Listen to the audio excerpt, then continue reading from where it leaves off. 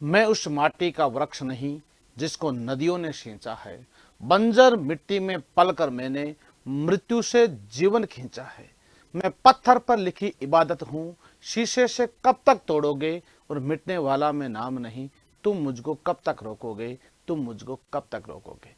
जी हाँ दोस्तों, इन्हीं शानदार पंक्तियों के साथ मैं स्वागत करता हूं एक बार पुनः आप सभी का उत्कर्ष के इस शानदार लाइव सेशन में। बज चुके हैं शाम के 6 और 6 बजे का मतलब है कि आपके स्टैटिक जीके का सुपर सेशन जो है वो प्रारंभ हो रहा है। तो सभी मित्र एक बार जो है सेशन को लाइक शेयर कर दीजिए, उसके बाद सेशन आपका जो है वो प्रारंभ हो रहा है। शानदार और लाजवाब सेशन। तो कैसे हैं आप सभी? उम्मीद करता हूं बिल्कुल स्वस्थ होंगे, मस्त होंगे। सभी एक बार जो है अपनी जय हिंद लिख करके और अपनी उपस्थिति दर्ज करवा दीजिएगा, और उसके बाद आज का सेशन जो है वो प्रारंभ हम कर रहे हैं। तो पहला क्वेश्चन आ रहा है आज के सेशन का, आपकी खिदमत में हाजिर हो रहा है। तो दोस्तों हो जाओ तैयार, देखे। और पहले सेशन, आज के सेशन का पहला क्वेश्चन आपकी खिदमत में आ चुका है। पोल बाबा नहीं चल रहा है, कोई बात नहीं। तो बिल्कुल कट टू कट परसेंट से बात करते हैं अपन डायरेक्ट। बता दीजिए जल्दी से आपका राइट आंसर क्या होता है। शीतकालीन युवा ओलंपिक खेल 2024 का आयोजन कहां किया जाएगा? दोस्तों शीतकालीन युवा ओलंपिक पूछ रहे हैं आपसे। शीतकालीन ओलंपिक खेल जो है, युवा ओलंपिक खेल, ये 2024 में जो है कहां आयोजित हो रहे हैं? जल्दी से कमेंट करके बताओ। देखे, नानजिया में, या डाकर में, या ब्यूनस आयर्स में, या गंगवोन में। करेक्ट आंसर आपका यहां पर दोस्तों क्या होगा? जल्दी से आपको बताना है कि ये शीतकालीन ओलंपिक खेल जो है ये 2024 जो है ये कहां आयोजित हो रहे हैं? तो ये हो रहे हैं भाई दक्षिण कोरिया के गंगवोन में। भाई बिल्कुल करेक्ट आंसर आ रहा है सभी का, दक्षिण कोरिया। दक्षिण कोरिया के गंगवोन में ध्यान रखो आप लोग। कहां पर भाई? गंगवोन में ध्यान रखेंगे आप लोग। अब आपको यहां पर एक चीज और ध्यान रखनी है अच्छे से कि ओलंपिक जो है, ओलंपिक के जो सबसे इंपॉर्टेंट क्वेश्चन जो आपके एग्जाम में पूछे गए हैं, जो पूछे जा सकते हैं, ओलंपिक समिति जो है वो कब बनी थी? तो अंतरराष्ट्रीय ओलंपिक समिति बनी थी दोस्तों 1894 ईस्वी में।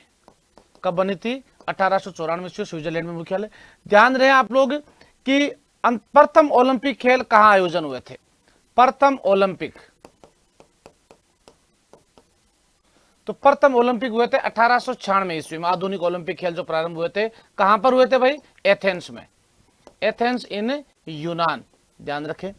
अब प्रश्न आता है ये नेक्स्ट पॉइंट कि विश्व के सबसे बड़े गेम्स है कौन से? ओलंपिक खेल। शीतकालीन ओलंपिक कहां पे हो रहे हैं? युवा ओलंपिक 2024 में। तो ये हो रहे हैं आपके गंगवोन दक्षिण कोरिया में। जबकि 2020 के ग्रीष्मकालीन ओलंपिक कहां हुए थे? 2020 ओलंपिक में अगर कहूं आपको ये कहां हुए थे, तो 2020 के ओलंपिक हुए थे टोक्यो में, जहां नीरज चोपड़ा ने गोल्ड जीता था। आपको पता होना चाहिए, टोक्यो इन जापान। जबकि 2024 के ओलंपिक खेल कहां आयोजित होंगे? तो 2024 के ओलंपिक खेल आयोजित हो रहे हैं पेरिस में। यह अच्छा क्वेश्चन बनता है यहां पर। पेरिस इन फ्रांस, सीन नदी के किनारे बसा हुआ शहर, विश्व का सबसे सुंदर नगर, जहां पर इन गेम्स का आयोजन हो रहा है। आपको यह जरूर ध्यान रखना, मैं बार बार बताता हूं। अंतरराष्ट्रीय ओलंपिक समिति में चुनी गई प्रथम भारतीय महिला सदस्य कौन है? तो वो है नीता अंबानी। नीता अंबानी जी।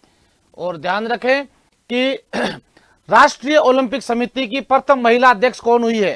तो ये भी साथ में ध्यान रखना भाई, आप लोग ध्यान रखें आप लोग, ठीक है ना। पहली बार महिला सदस्य बनी है। तो राष्ट्रीय ओलंपिक समिति जो भारत के संदर्भ में कार्य करती है केवल। लेकिन मैं आपको पुनः कहूंगा इसमें ज्यादा इंपॉर्टेंट जो है वो कौन सी है? वो ये है, ध्यान रखो आप लोग। हाँ, पीटी उषा बिल्कुल सही हो तो, लेकिन ये नीता अंबानी होगा आपका राइट आंसर, जो आपके गंगवोन में आपके ये आयोजन हो रहा है। दक्षिण कोरिया जिसकी राजधानी कहां पर है? हाँ, सियोल। सियोल यहां की राजधानी है। उत्तरी कोरिया की प्योंगयांग, दक्षिण कोरिया, और यहां की मुद्रा है वॉन। और यह भी साथ में ध्यान रखें, यहां के सर्वोच्च नागरिकता पुरस्कार जो है सियोल शांति पुरस्कार, यहां का सर्वोच्च नागरिकता पुरस्कार है सियोल शांति पुरस्कार। शांति पुरस्कार ये यहाँ का सर्वोच्च नागरिकता पुरस्कार है। और ये पुरस्कार जीतने वाला भारत का प्रधानमंत्री कौन है? तो वो है नरेंद्र दामोदर दास मोदी को ये पुरस्कार दोस्तों मिल चुका है। सियोल शांति पुरस्कार दक्षिण कोरिया का सर्वोच्च नागरिकता पुरस्कार। ठीक है भाई, अगला क्वेश्चन आ गया आपके सामने, ये रहा। बता दीजिए जल्दी से, देखें करेक्ट आंसर आपका क्या होता है। बता दीजिए जल्दी से कि महाराष्ट्र सरकार के द्वारा महाराष्ट्र के किस शहर में हर वर्ष कालिदास महोत्सव का आयोजन किया जाता है? भाई ध्यान रखो आप लोग, कालिदास महोत्सव जो है वो कहां आयोजित होता है? महाराष्ट्र में। ध्यान रखें आप लोग, आपके पास ऑप्शन है नागपुर में, पुणे में, मुंबई में या फिर नासिक में। ध्यान रखें आप लोग। तो यहां आपका राइट आंसर क्या होगा? जल्दी कमेंट करो देखें। हाँ, जल्दी जल्दी जल्दी जल्दी जल्दी।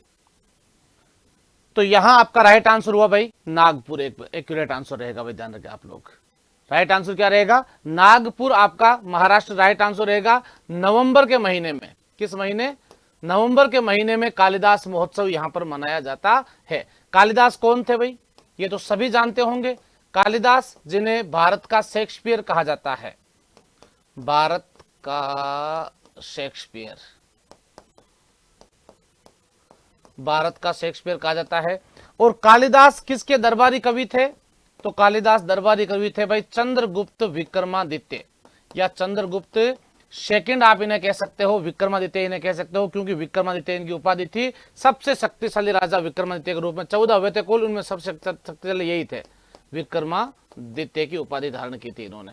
ओके, अब आपको ध्यान रखना है कालिदास जो है इनके द्वारा लिखी गई पुस्तकों में अगर मैं बात करूं आपसे तो बहुत बार पूछी गई है।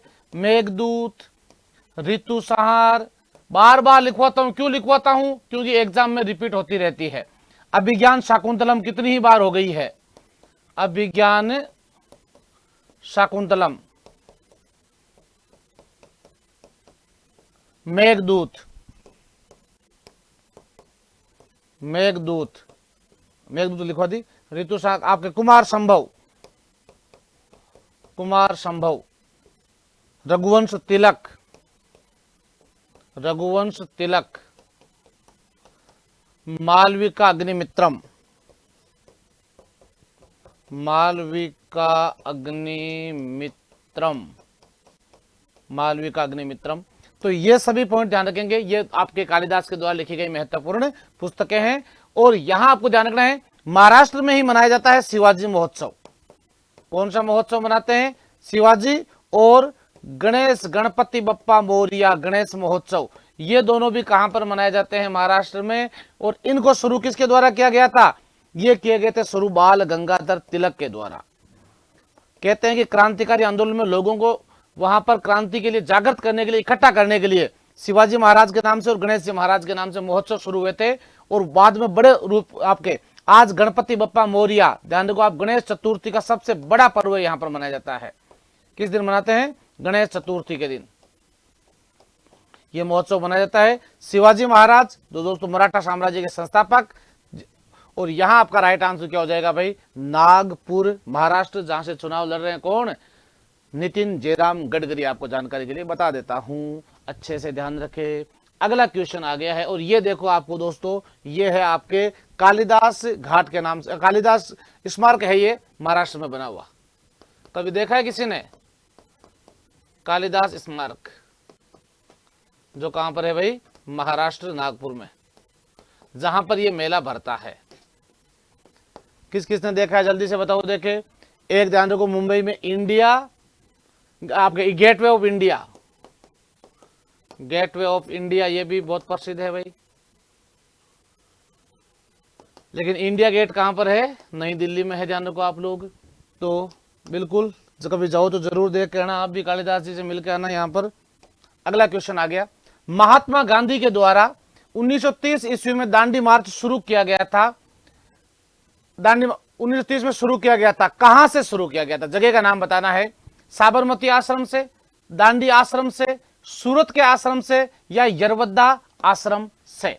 यानी गांधी जी ने जो अपने, अंग्रेजों ने क्या किया था? भारतीयों के नमक निकालने पर प्रतिबंध लगा दिया था। इस बात का किया था अंग्रेजों ने विरोध। इग्नोर करो, अरे क्या इग्नोर करना है, कुछ नहीं करना, मौज करो आप तो आराम से, बस मस्ती से। हाँ बिल्कुल, हाँ बिल्कुल, सभी को नमस्कार। हाँ, तो ध्यान रखें आप लोग, केवल पढ़ाई पे ध्यान दो, फालतू की बातों में कोई मतलब वाली बात नहीं है। हाँ, तो यहां ध्यान रखो, महात्मा गांधी ने 1930 में जो है दांडी मार्च शुरू किया था। कहां से शुरू किया था बाबू भैया? ये आपको उत्तर बताना है। तो यहां आपका राइट आंसर हो गया साबरमती आश्रम से दांडी तक। अब इसमें प्रश्न आता है, ये कितनी कब शुरू हुई थी? 12 मार्च को। 12 मार्च 1930 ईस्वी को गांधी बाबा रवाना हुए थे साबरमती आश्रम से। कितने लोगों के साथ में? 78 लोगों के साथ, 78 यात्रियों के साथ में रवाना हुए। और ध्यान रखो भाई, ये इस समय कहां पहुंचे? दांडी तक पहुंचे थे। और यहां पहुंचकर गांधी जी ने नमक कानून को तोड़ा था।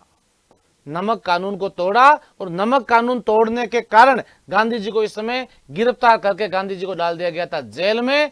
लेकिन गांधी बाबा ज्यादा जेल में रुकते नहीं थे। जेल से बाहर आते ही गांधी जी ने चला दिया सविनय अवज्ञा आंदोलन। सविनय अवज्ञा आंदोलन 1930 ईस्वी। आंदोलन कब चला था भाई? 1930 ईस्वी में, जब गांधी जी ने अपनी 11 सूत्रीय मांग के साथ यह आंदोलन चलाया था। 11 सूत्रीय मांग के साथ यह आंदोलन चलाया था। और इस आंदोलन के तहत जब आंदोलन चला तो फिर 1931 ईस्वी में होता है गांधी जी और लॉर्ड इरविन के मध्य समझौता, जिसे अपन बोलते हैं गांधी इरविन समझौता। गांधी इरविन समझौता। और इसके तहत गांधी जी की सभी 11 मांगे स्वीकार हो जाती है। स्वीकार होने के बाद गांधी जी ने सविनय अवज्ञा आंदोलन को कर दिया था समाप्त। जो गांधी जी का आंदोलन है भाई, कई क्रम पूछ लेते हैं इसमें, तो यह आपको ध्यान रखना है। ये आपका यहाँ पर बिल्कुल करेक्ट आंसर हो जाएगा। बिल्कुल सभी ध्यान रखे। हाँ, अगला क्वेश्चन आपके सामने आ गया है, ये रहा, बताओ देखे राइट आंसर। निम्नलिखित में से किस वर्ष में भारत ने राष्ट्रीय खेल दिवस मनाया शुरू किया था? कितना गजब क्वेश्चन आया है। ये नहीं पूछा है कब मनाया जाता है। कब मनाया जाता है? तो 29 अगस्त को सभी को पता है। ध्यान रखो आप लोग, मेजर ध्यानचंद जी की जो जयंती आती है उस दिन मनाया जाता है। लेकिन ये भारत सरकार के द्वारा किस दिन प्रारंभ करने की घोषणा की गई थी भाई? ध्यान रखो आप लोग, ये आपको बताना है। ध्यान रखे भाई आप लोग। तो यहां आपका करेक्ट आंसर हो जाएगा भाई, मनमोहन सिंह जी की सरकार के समय 2012 ईस्वी में ये जो है पुण्य कार्य शुरू हुआ है। और कब मनाया जाता है? तो कब मनाते हैं दोस्तों? 29 अगस्त को मनाया जाता है। 29 अगस्त को। 29 अगस्त को किसकी जयंती आती है? मेजर ध्यानचंद, हॉकी के जादूगर। हॉकी के विश्व के सबसे बड़े बेताज बादशाह यही हुए हैं भाई, मेजर ध्यानचंद। और इनकी जन्मोत्सव की जयंती जो है 29 अगस्त राष्ट्रीय खेल दिवस के रूप में मनाया जाता है। 2012 ईस्वी में मनमोहन सिंह जी की सरकार ने इसे खेल दिवस के रूप में मनाने की घोषणा की है। आपको साथ में यह भी ज्ञात हो कि ध्यानचंद जी के नाम से ही ध्यानचंद जी को जो है उपनाम के रूप में क्या बोलते हैं? हॉकी का जादूगर। हॉकी का जादूगर या छड़ी का जादूगर भी कह सकते हो आप, हॉकी का जादूगर भी कह सकते हो। और इस दिन जो हॉकी का ये जो आपके 29 अगस्त का जो प्रमुख पर्व है। और अब आपको ध्यान रखना है कि मोदी सरकार ने इनके नाम से भारत का सबसे बड़ा जो खेल पुरस्कार, पहले राजीव गांधी खेल रत्न पुरस्कार था, उसका नाम बदल दिया है। उसका नाम क्या रख दिया है? मेजर ध्यानचंद खेल रत्न पुरस्कार रख दिया है भाई। मेजर ध्यानचंद खेल रत्न पुरस्कार। खेल रत्न पुरस्कार ये नाम रख दिया है किसने? मेजर ध्यानचंद खेल रत्न पुरस्कार का नाम बदल दिया। अब आपके पहले नाम क्या था? राजीव गांधी खेल रत्न पुरस्कार था। और ये नाम कब से चेंज हुआ? तो आपको जानकारी के लिए बता दूं, ये नाम चेंज हुआ था 6 अगस्त 2021 को। डेट याद रखना, क्योंकि इसके अगले ही दिन 7 अगस्त को नीरज चोपड़ा ने गोल्ड मेडल जीता था। फिर तो 7 अगस्त जो है भाला फेंक दिवस के रूप में मनाया जाता है। और मेजर ध्यानचंद खेल रत्न पुरस्कार, जिसमें कुल धनराशि दी जाती है 25 लाख रुपए। यह भारत का सर्वोच्च खेल पुरस्कार है, यह भी ध्यान रखो। सर्वोच्च खेल पुरस्कार है भारत का। खेल के क्षेत्र में दिया जाने वाला सबसे बड़ा पुरस्कार है भारत का सर्वोच्च खेल पुरस्कार। और ध्यानचंद जी के द्वारा अपनी जो आत्मकथा लिखी गई थी, ध्यान रखना, द गोल। कंप्लीट है। तो यहां आपका राइट आंसर क्या हो गया? 2012 ईस्वी। 2010 ईस्वी में भारत में आयोजित हुए थे राष्ट्रमंडल खेल दिल्ली में, Commonwealth games. Commonwealth games Bharat में आयोजित हुए थे। 2015 में योजना आयोग का नाम बदलकर मोदी सरकार ने नीति आयोग रखा था, यह भी साथ में ध्यान रखो भाई। तो सी आपके यहां पर बिल्कुल करेक्ट आंसर हो गया है।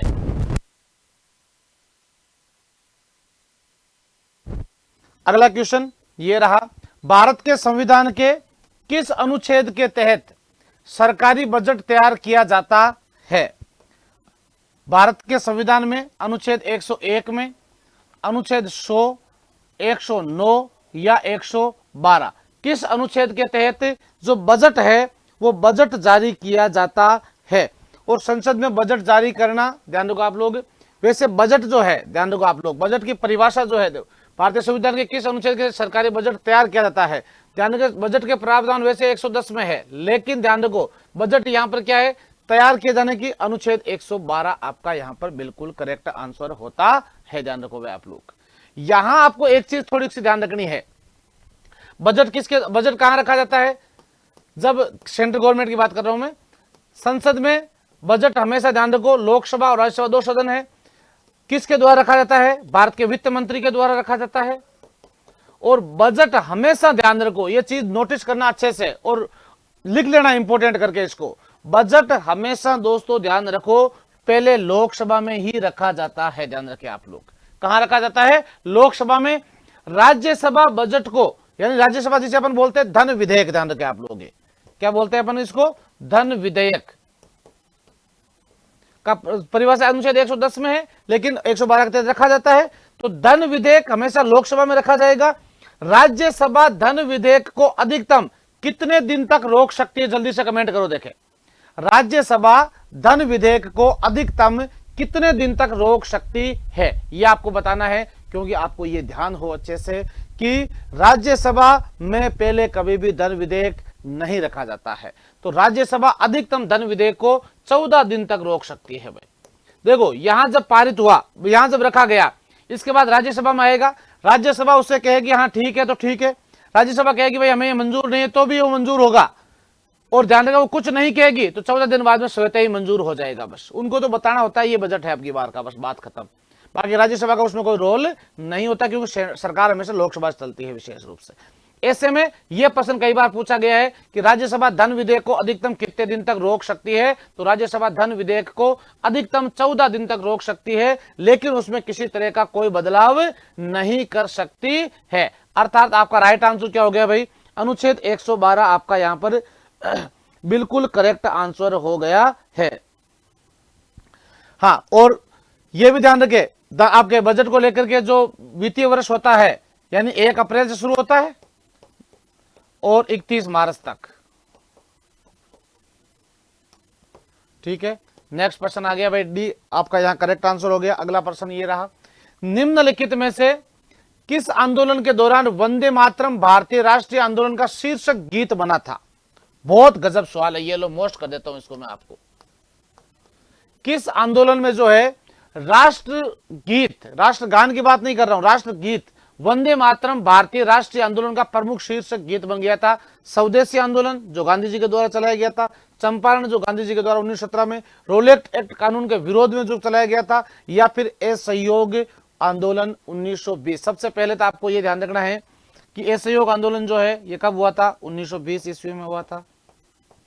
रोलेट एक्ट कब आया था, 1919 ईस्वी में आया था। और चंपारण सत्याग्रह कब हुआ था, 1917 ईस्वी में आया था। ध्यान रखो आप लोग, ये गांधी जी का पहला आंदोलन था, आपको जानकारी के लिए बता देता हूं। तो जल्दी से बता दीजिए यहां पर आपका करेक्ट आंसर क्या होता है। तो दोस्तों जो वंदे मातरम गीत गाया गया था, जो भारत का राष्ट्र गीत है, ये गांधी जी के द्वारा जो स्वदेशी आंदोलन चलाया गया था। ध्यान रखें आप लोग, कौन सा आंदोलन है, स्वदेशी आंदोलन। यानी इसमें गांधी जी ने क्या कहा था कि स्वदेशी वस्तुओं का उपयोग करो। आप जो उस समय ज्यादा कोई ऐसा नहीं कि आप पिज्जा बर्गर जो है वो आपके विदेश से मत खरीदो, ऑनलाइन मत खरीदो, ऐसा कोई स्कीम नहीं थी। उस समय स्वदेशी का मतलब क्या है, कपड़े पहनते थे तो खादी के कपड़े जो है बुन करके पहनो, और विदेशी जो वस्तु है, अंग्रेजों की जो चीजें हैं, उनका आप लोग बहिष्कार करो। ध्यान रखो आप लोग, उस समय भी नहीं कर रहे थे अपन, आज भी नहीं कर रहे। आज भी हर एक चीज जो है अपन विदेशी कंपनी से ही खरीदते हैं। ये पैंट, ये तो मैंने यार आप यूएस पोलो की पैंट खरीदी है मैंने। ध्यान रखो आप लोग, अरे यूएस पोलो का लोगो लगते ही क्या वो अपने आप मतलब कुछ अलग होता है क्या उसके अंदर। ध्यान रखें, स्वदेशी वास्तव में स्वदेशी ही होता है, क्योंकि इससे अपने देश की चीजों को बढ़ावा मिलता है, अपनी देश की कंपनियों को बढ़ावा मिलता है। फिर अपन कहते हैं कि स्वदेशी चीजें इतनी महंगी क्यों होती है, क्योंकि उनके पास वो बड़े स्तर पर आता है बजट, और बड़े स्तर पर ज्यादा चीजें बनती है, ज्यादा बनेगी, जब पीस ज्यादा बनेंगे तो निश्चित रूप से वो सस्ती हो जाएगी अपने आप ही। तो यहां आपको ध्यान रखना है स्वदेशी आंदोलन गांधी जी के द्वारा। अब यहां सबसे बड़ा इंपॉर्टेंट पॉइंट क्या रहेगा आपका, बताओ मुझे, कि वंदे मातरम किसके द्वारा लिखा गया है रे? वंदे मातरम लिखा गया है बंकिम चंद्र चटर्जी के द्वारा, बंकिम चंद्र चटर्जी के द्वारा लिखा गया। ठीक है, ये कहां से, उनके कौन से ग्रंथ से लिया गया है? आनंद मठ ग्रंथ से लिया गया है। जान रखो आप लोग, किस ग्रंथ से लिया गया है? आनंद मठ ग्रंथ से लिया गया है। अब अगला पॉइंट आता है कि वंदे मातरम को गाने का समय कितना होता है? जल्दी से कमेंट करो, देखे मुझे गारंटेड कह रहा हूं लगभग गलत करेंगे इसमें उत्तर। ध्यान रखो, जल्दी से बताओ। देखे 52 सेकंड नहीं होता है, आपको जानकारी के लिए बता दूं, 52 सेकंड राष्ट्र गान का समय होता है, राष्ट्र गीत का समय होता है 65 सेकंड। ध्यान रख लेना, 65 सेकंड। और यह भी ध्यान रखो कि पहली बार वंदे मातरम कब गाया गया था? तो 1896 ईस्वी में पहली बार, प्रथम बार वंदे मातरम गाया गया था। और फिर अगर प्रश्न आता है कि वंदे मातरम को राष्ट्र गीत के रूप में स्वीकार कब किया गया था? तो 24 जनवरी 1950 ईस्वी को वंदे मातरम को राष्ट्रीय गीत के रूप में स्वीकार किया गया था। इसी दिन वंदे जनगण मन को राष्ट्र गान के रूप में स्वीकार किया गया था। चंपारण सत्याग्रह 1917 में हुआ था, जो गांधी जी का पहला सत्याग्रह था, जो गांधी जी ने बिहार में नील की खेती के विरोध में राजकुमार शुक्ल के कहने पर किया था। रोलेक्ट एक्ट, जिसे काला कानून कहा गया था, ध्यान रखें, इसी को क्या बोलते थे? ब्लैक लॉ, काला कानून, क्योंकि इसके तहत किसी भी भारतीय को संदेह के आधार पर गिरफ्तार करके और उसे जेल में डाल देते थे, उस व्यक्ति को वकील व दलील पेश करने की अनुमति नहीं दी जाती थी। हाँ, तो ऐसे में इसका भारतीयों ने विरोध किया। इसके विरोध में भारतीयों को, दो क्रांतिकारी सैफुद्दीन किचलू और सतपाल को गिरफ्तार किया गया। तब भारतीयों ने एक शांतिप्रिय सभा का आयोजन रखा था, जिसको अपन बोलते हैं जलियांवाला बाग, 13 अप्रैल 1919 को, जहां पर जनरल डायर ने गोली चलाने का आदेश दिया, जिसके विरोध में फिर गांधी जी के द्वारा चलाया गया था दोस्तों असहयोग आंदोलन 1920 ईस्वी। लेकिन 1922 ईस्वी में घटना घटित होती है, कौन सी? चोरा चोरी कांड, चोरा चोरी कांड। और इस चोरा चोरी कांड के कारण जो है दोस्तों, यहां पर थाने में जब आग लगाई, और आग लगाने के बाद में गांधी जी ने असहयोग आंदोलन जो है वो बंद कर दिया था। तो यहां आपको राइट आंसर क्या हो जाएगा? ए, स्वदेशी आंदोलन आपका यहां पर बिल्कुल एक्यूरेट करेक्ट आंसर हो जाएगा। ठीक है भाई, अगला क्वेश्चन ये रहा आपके सामने। इसमें से सबसे कम आयु में भारतीय राष्ट्रीय कांग्रेस का अध्यक्ष बनने वाले व्यक्ति कौन है? देखो सवाल कैसे कैसे सवाल पूछ लेते हैं, ध्यान रखो आप लोग, ठीक है ना। किसी भी एंगल पे किसी संदर्भ में सवाल जो है वो पूछ लिया जाता है, इसलिए अपन को ये ध्यान रखना होता है कि कैसा भी सवाल आए अपन को तो उसमें तैयार टंच रहना ही है। हाँ, तो ध्यान रखो आप लोग, मौलाना अबुल कलाम आजाद, ध्यान रखो आप लोग, किस अधिवेशन में बने थे? तो ये बने थे भाई 1923 ईस्वी में बने थे, कांग्रेस के दिल्ली अधिवेशन में बने थे भाई। दिल्ली एक विशेष अधिवेशन हुआ था, उसमें ये अध्यक्ष बने थे। और कांग्रेस के दिल्ली अधिवेशन दोस्तों ध्यान रखें आप लोग, जिसमें सबसे कम आयु के बने थे। ठीक है, अगला पॉइंट देखो, मैं आपसे बात करता हूं कि कांग्रेस पार्टी पंडित जवाहरलाल नेहरू के द्वारा जो अधिवेशन की अध्यक्षता की, सबसे इंपॉर्टेंट हुआ था 1929 वाला, ध्यान रखना।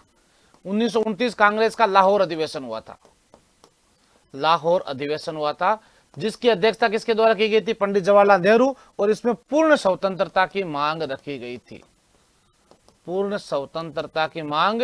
और यह कहा गया था अगर हमें पूर्ण स्वतंत्रता नहीं दी गई तो हम 26 जनवरी को पूर्ण स्वतंत्रता दिवस मनाएंगे, 26 जनवरी 1930 को। इसीलिए 26 जनवरी 1930 को लाहौर में फिर रावी नदी के किनारे तिरंगा फहरा करके और स्वतंत्रता दिवस मनाया गया था।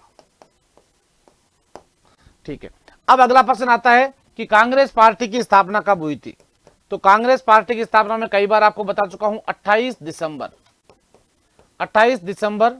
1885 ईस्वी को कांग्रेस पार्टी की स्थापना किसके द्वारा की गई भाई? अंग्रेज अधिकारी था एक, जिसका नाम था ए.ओ.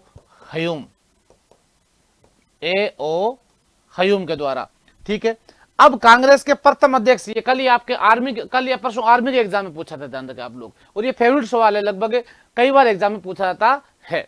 तो कांग्रेस पार्टी के जो प्रथम अध्यक्ष हुए थे डब्ल्यू.सी. बनर्जी, व्योमेश चंद्र बनर्जी, डब्ल्यू.सी. बनर्जी भाई, व्योमेश चंद्र बनर्जी। अब अगर आपसे पूछे कांग्रेस के प्रथम मुस्लिम अध्यक्ष कौन हुए थे? सवाल कैसा भी पूछ सकते हैं, जैसे अब की बात दिल्ली पुलिस में सवाल आया था कि स्वतंत्रता के समय कांग्रेस पार्टी के अध्यक्ष कौन थे? तो स्वतंत्रता के समय कांग्रेस पार्टी के अध्यक्ष थे जे.बी. कृपलानी, ध्यान रखें आप लोग। हाँ, तो प्रथम मुस्लिम अध्यक्ष कौन थे रे? तो प्रथम मुस्लिम अध्यक्ष थे बदरुद्दीन तैयब जी, बदरुद्दीन तैयब जी। फिर प्रश्न आता है प्रथम महिला अध्यक्ष कौन थी, बताओ जल्दी। प्रथम महिला अध्यक्ष, तो प्रथम महिला अध्यक्ष थी एनी बेसेंट, 1917, एनी बेसेंट। फिर अगर प्रश्न आता है कि प्रथम, ध्यान रखें आप लोग, भारतीय महिला अध्यक्ष कौन थी, भारतीय महिला अध्यक्ष कौन थी, तो वो थी सरोजनी नायडू, सरोजनी नायडू, जो भारत की प्रथम महिला राज्यपाल भी हुई थी। फिर प्रश्न आता है कि कांग्रेस के स्वतंत्रता के समय अध्यक्ष, लिख लेना सारे, स्वतंत्रता के समय अध्यक्ष कौन हुए थे, तो वो थे जेबी कृपलानी। और फिर मैंने आपको कई बार बता रखा है, बेलगांव अधिवेशन की अध्यक्षता गांधी जी के द्वारा की गई थी और हरिपुरा अधिवेशन की अध्यक्षता 38 में सुभाष चंद्र बोस ने की थी। भाई ध्यान रखो आप लोग, ये कुछ इंपोर्टेंट फैक्ट है जो आपको विशेष रूप से बार बार घूम करके आते हैं। मौलाना अबुल कलाम आजाद जो है ये भारत के प्रथम एजुकेशन मिनिस्टर, शिक्षा मंत्री भी हुए थे। भारत के प्रथम शिक्षा मंत्री कौन हुए थे, तो मौलाना अबुल कलाम आजाद ही हुए थे, ध्यान रखेंगे आप लोग। कंप्लीट। नेक्स्ट क्वेश्चन आ गया भाई, ये स्क्रीनशॉट ले लेना, इसका सवाल लगभग एग्जाम में देखने को मिलता है। स्लाइड का ध्यान रखो आप लोग, बहुत इंपॉर्टेंट स्लाइड बनी है। अगला प्रश्न,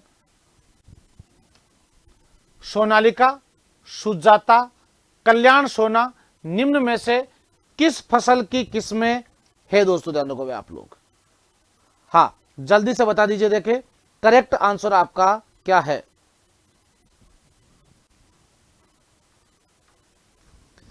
तो यहां आपका राइट आंसर हो जाएगा, अरे रुको बाबू भैया कहां भागे जा रहे हो, गेहूं।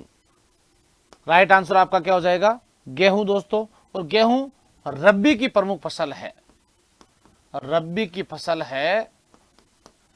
और गेहूं की जो किस्में हैं ध्यान रखो आप लोग, वो उसमें सोनालिका, सुजाता, कल्याण सोना, ये गेहूं की प्रमुख किस्मों में नाम आता है। तो यहां आपका राइट आंसर क्या हो जाएगा, बी गेहूं आपका यहां करेक्ट आंसर हो जाएगा। गेहूं उत्पादक प्रमुख राज्यों में अगर मैं बात करूं आपसे, तो नाम बात करूं आपसे, एक तो पंजाब, हरियाणा, और चावल उत्पादन में सबसे इंपॉर्टेंट में नाम करूं, बात करूं मैं आपसे, पश्चिम बंगाल,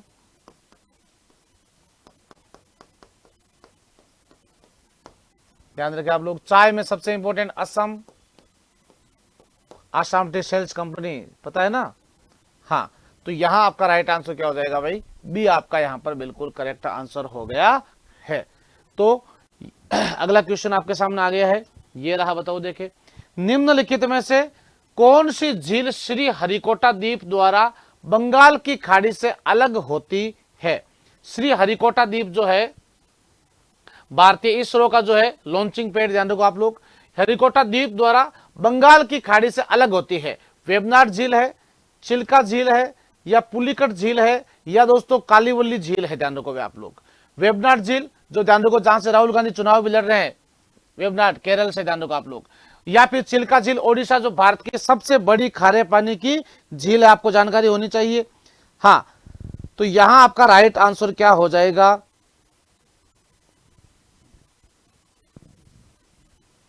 जल्दी जल्दी जल्दी। तो यहां पर आपका राइट आंसर हो जाएगा भाई पुलिकट झील, ध्यान रखो आप लोग। पुलिकट झील चिल्का झील के बाद में दूसरी खारे पानी की झीलों में प्रमुख खारे पानी झीलों में नाम आता है। हाँ और यहां आपको यह भी ध्यान रखना है कि पुलिकट झील जो है ये आपके जो श्री हरिकोटा द्वीप है उसको बंगाल की खाड़ी से अलग करती है, पहली बात तो ये ध्यान रखो आप लोग, ठीक है।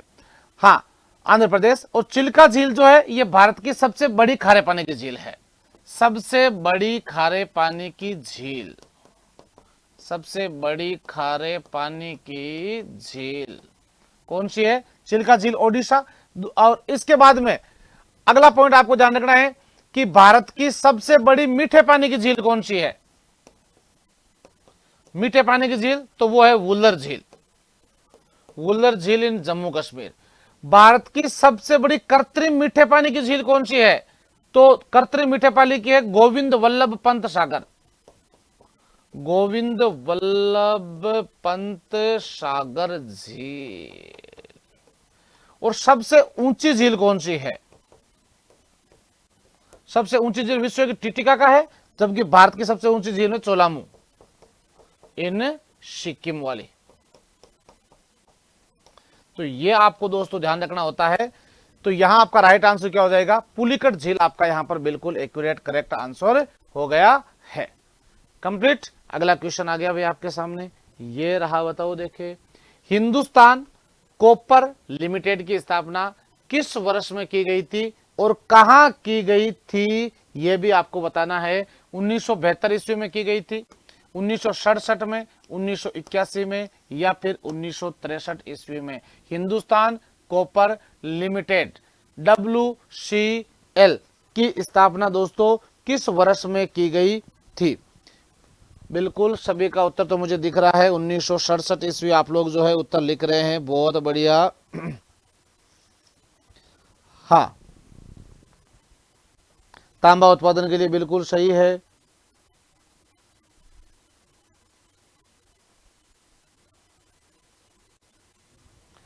हाँ, प्रश्न ये बनता है कि इसकी स्थापना कहां हुई थी? हिंदुस्तान कॉपर लिमिटेड जो है इसकी स्थापना कहां हुई थी? 67 तो ठीक है, अधिनियम 1956 के तहत ये प्रावधान रखा गया था, 67 में इसकी स्थापना हो गई थी। खेतड़ी झुंझुनू, जिसे ताम्र नगरी के नाम से भी जानते हैं, ध्यान रखो आप लोग, खेतड़ी झुंझुनू, जो तांबा उत्पादन के लिए प्रमुख क्षेत्र है भारत का। और खेतड़ी से आपको याद आ रहा है कुछ? खेतड़ी जी के महाराजा अजीत सिंह, जिन्होंने स्वामी विवेकानंद को विवेकानंद नाम दिया था नरेंद्र से, नरेंद्र दत्त से विवेकानंद नाम दिया था। तो ये आपको ध्यान रखना है। इसके अलावा दोस्तों आपको ध्यान रखना है कि हिंदुस्तान साल्ट लिमिटेड,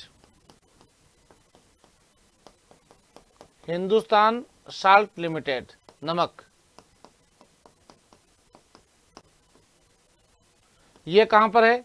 ये दोस्तों सांभर में, सांभर इन जयपुर, जो भारत की दूसरी सबसे बड़ी खारे पानी की झील है। ध्यान रखो आप लोग, सांभर जो है दोस्तों, ठीक है ना, चिल्का के बाद में। और सांभर झील कहां पर है? जयपुर में, जहां पर हिंदुस्तान साल्ट लिमिटेड भी है और एक यहां पर सांभर साल्ट लिमिटेड भी कार्य करता है, जो यहां पर नमक निकालने का कार्य प्रमुखता से करता है। कंप्लीट। तो यहां पर 1967 ईस्वी आपका राइट आंसर हो गया। किसके समय? लाल बहादुर शास्त्री जी की सरकार के समय यह हुआ था। अगला प्रश्न आपके सामने आ गया है, निम्नलिखित में से कौन सी पुस्तक चेतन भगत के द्वारा नहीं लिखी गई है? चेतन भगत दोस्तों बहुत बड़े राइटर हुए हैं। रिवॉल्यूशन 2020, मेकिंग इंडिया ऑसम, या फिर wise and otherwise, one Indian girl. इसके बाद आपको और भी बता देता हूं मैं, देखो 2-3 नाम। हाफ गर्लफ्रेंड, आप कमेंट उत्तर बताओ देखे। हाफ गर्लफ्रेंड, सड़क, सड़क, और